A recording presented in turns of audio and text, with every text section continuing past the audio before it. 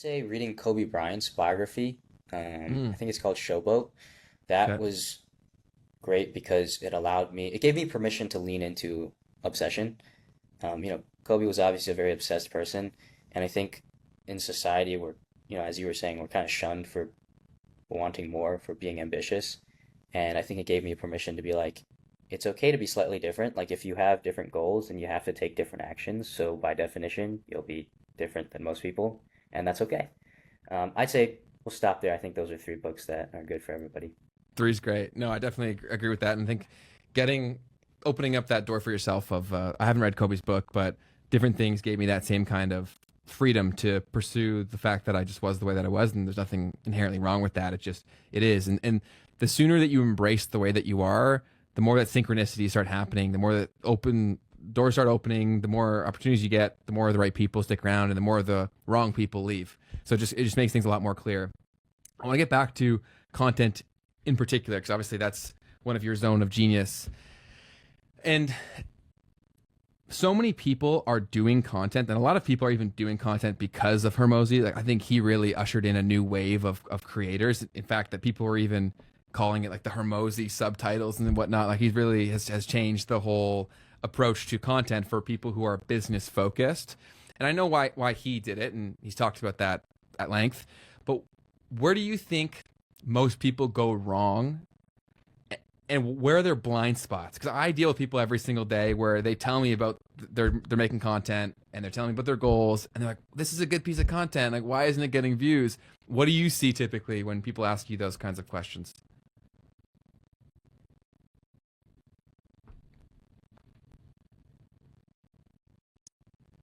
I would say two things. Most people don't know why. Like, if I'm the consumer and you make a piece of content, let's say you think it's really good, but let's say it's not.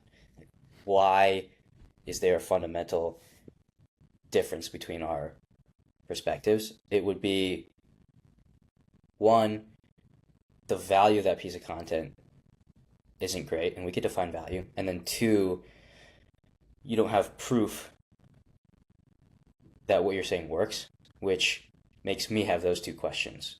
Why am I listening and why you? If we chunk up value to like what is the definition of value, to me in a piece of content, value is simply you give more than I got for paying attention to it, right? I'm paying attention. I'm Mm-hmm. paying my time to consume this. And so let's say you start a YouTube video with, "What's up, guys? It's your boy Jay. Yesterday I was doing blah, blah, blah, blah, blah, and today we're going to do this, and then I'm going to talk about this, and you're going to get this." Like, you just wasted my time. The time to value has been now too long. I'm clicking off. Whereas if you started with, maybe the title was 10 brutally honest truths for young men. You start the video. Today we're going to talk about 10 brutally honest truths for young men. You know, I'm 19 and I've done X, Y, and Z, and today I'm going to tell you 10 truths. That is very clear. What's the promise? What's the proof? And now it's super clear why you should continue listening. And I think that's what most people miss, is they either talk about something that they really shouldn't be talking about, or they don't know what they're talking about. It's murky. It's the same sort of thing that you went through to get the opportunities that you wanted. You did the thinking for people, right? If you're Right. struggling with your content and you're listening to this, have you thought really and honestly about your audience? Most of the time when I see people, it's like clearly they haven't asked the question, "Would you watch this?" And so many times when I watch people's content, I'm like, dude, you wouldn't watch this, and you're Yeah. wondering why people won't. Like come on here. And I had the same sort of things, and I think that why it's great that you've been doing content for so long and I've been doing content for so long is that you can go back and look at our old content and see that it sucked. Right? Like you can see Hmm. that like it wasn't good. You could see that we weren't giving an equitable exchange for what we wanted. And so then that had to change for that to happen. And the thing that I love that you said was that we can define value. And I knew what you meant by that is that it can come in so many different ways, shapes, and forms, but it needs to come in some way. Right? Like I think that's where a lot of people get lost is they'll hear me or you say, "Oh, is your content valuable?" There's not one definition for valuable. It can come in so many different ways. That's why attractive women grow, right? Because that's value to some people. That's why funny people can grow. Figuring out what your value is and doubling down on that's one of the most important things. And Jay you made a really good point there, where you'd said that if you're trying to provide value, you can't actually give. That's going to come through really, really quickly. And I think that Hormozi is a great example of the opposite. He had done so much more than even what he was saying, and I love the frame that he always gave was, I'm not saying to do this, I'm saying what worked for me. And you can really only do that if you've done it. So like, we're definitely a recurring theme here because none of this stuff is actually that complicated. Would you agree? Yeah, I mean it's two things. Are you the type of person that you would follow? And then what the heck do I mean? If you can nail those two questions, I think your content will The be content's miles ahead of doing it so everyone much else. better. Yeah, and another thing that I love to do go through it is for especially this is for short form especially, but I always try to remove as much as possible while maintaining the point. Right? I think a lot of times people leave in way too much where they could have gotten the same sort of value for 20% of the clip, and just like you said, the ratio is off from value towards the time that they're paying for it. And that's one very easy way where if you listen to this, I think a lot of people can get more value onto their content is just by cutting it down and saving people some time. So obviously you've been around Alex and Layla. Is there something specifically with your time with Alex? Or I guess a better way of saying is what's the biggest takeaway that you've taken from working with Alex directly?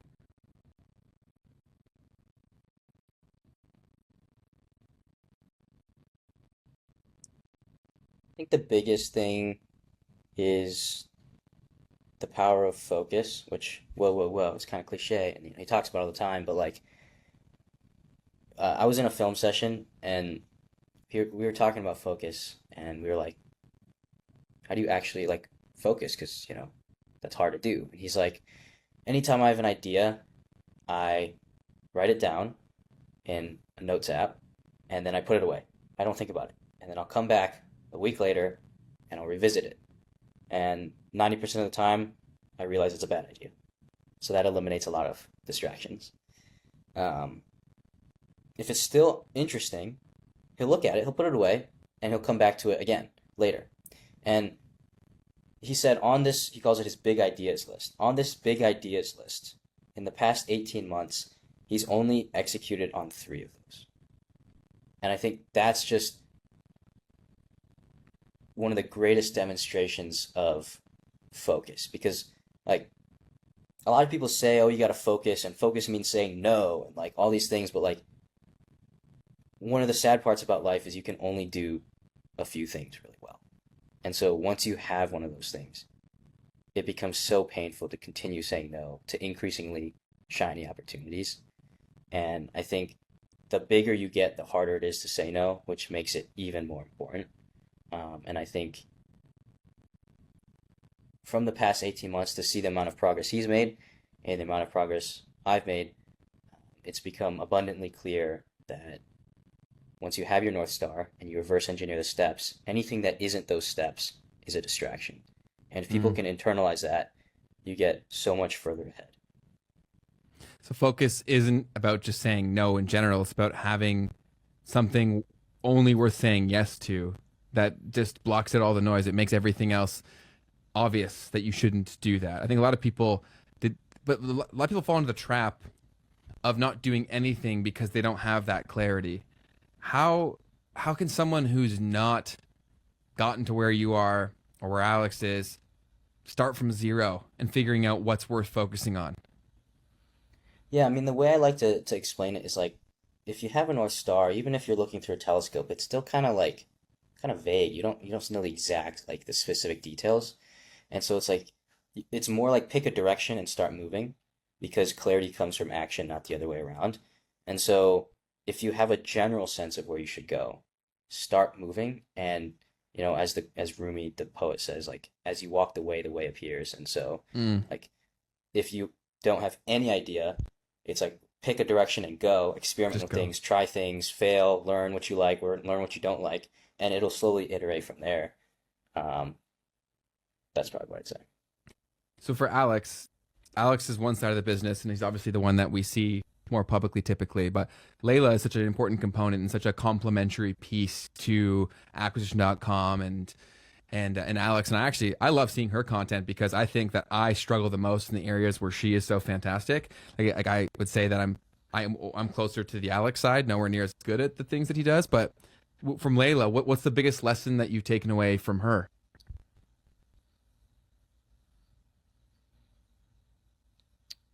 I would say feedback is a gift.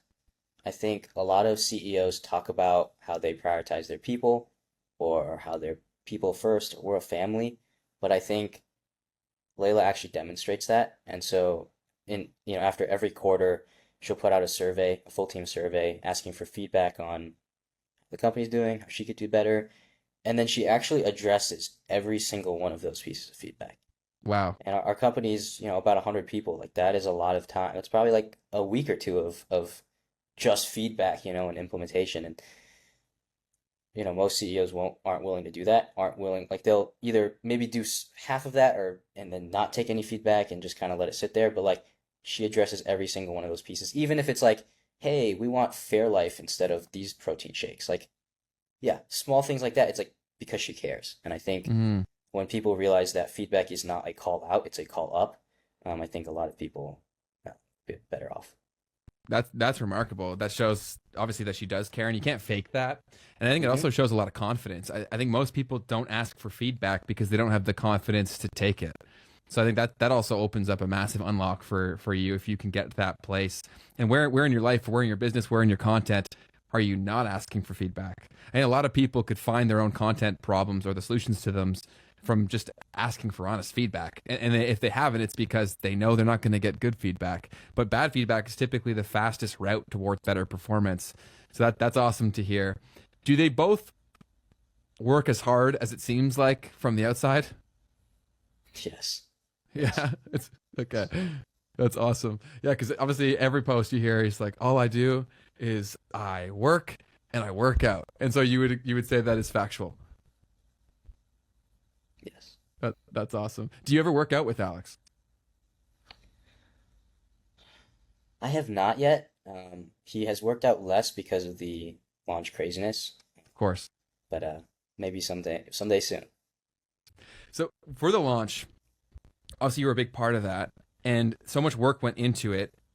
What I want to speak to is just I want to get some more content game for people for who are watching this. You guys test like crazy. You guys film so many different variations for different things, and you're constantly testing.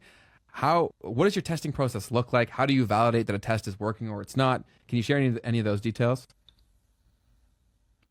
Um, I'll say two tests that I think are pretty low lift that people can try now. Uh, Number one is treat Twitter like a idea playground. So Alex tweets, and some do better, some don't do well, and then we take the better ones and then we distribute it everywhere else. And I think that simple, like it sounds so simple, but common sense isn't always common practice, and like doing that will help your content do better. Number two is if it's a reel, testing it on trial reels. Yeah, Um, huge. Huge, yeah. Test trial reels with different hooks and different visual hooks and text hooks and verbal hooks, all three of those hooks, and then ones that do better, post that one. The ones that don't do that. Can we break down the anatomy of a well-structured piece of content? Because I think you and I are at the level of aptitude where you can say a word and I know the exact context that you're referring to it. I can picture it in my mind and I can think about how it would work in my flow. But I think a lot of people, they get so fixated on these words, they get lost in that. They become a trap. I know hook is one of the biggest one where people think the hooks are the solution to all of their problems. Can you break down different parts of a well-structured post and how you see it? Yeah. I mean, I said punch, slide, linger earlier today. Alex Yeah. says hook, retain, reward. Okay. Um, Fundamentally, you need something that stops people's attention. And so, if you're really interested in getting good at content, I would pay attention. I would study psychology, what actually captures people's attention. What I said is we have verbal hook, text hook, visual hook. Verbal hook would be business owners. It's a call out. Like if I said your name in a loud party, it's the cocktail party Yeah. effect. If I said Ben, like you pay attention. So Alex often says business owners because that's who he's talking to. That's a verbal hook. You have text hook, which is simply the caption, and so adding just like this almost a summary of what the video is about on the reel will significantly help that boost in performance. Because if you're scrolling someone's feed, you don't know what the video is about. So having the hook there is like, oh, this video is about business, or this video is about marketing, whatever. You actually know what the topic's about. And then visual hook, big things, colorful things, moving things, like, you know, things we got, watch a baby crawling across the floor. Like, what captures its attention? Loud noises, moving things, and big things, bright things, right? And so just adding that. Oh yeah. Yeah, I think people overcomplicate hooks a lot. I think that was a great way that you broke it down. Really, it's about using the tools that you have at your disposal to get the outcome that you want. And really, an effective hook is one that works. And so you have a few different tools at your disposal. Why not use them the best that you can? And it really comes down to understanding who you want to watch this video. The deeper that level of understanding is, the more concentrated the message is going to be, the harder it's going to hit, the more people are going to stay, the better the data will be, the farther the video will go. That's pretty well it in a nutshell. That's how I always think about it. I try to reverse engineer it. And obviously, Jay and your whole team is doing the exact same thing. So I want to hear more about your book, man. So tell me, why write a book? You don't hear too many 19-year-olds writing books. Tell me about that whole thing. How long did it take you? And then what effort did you put into the launch for that?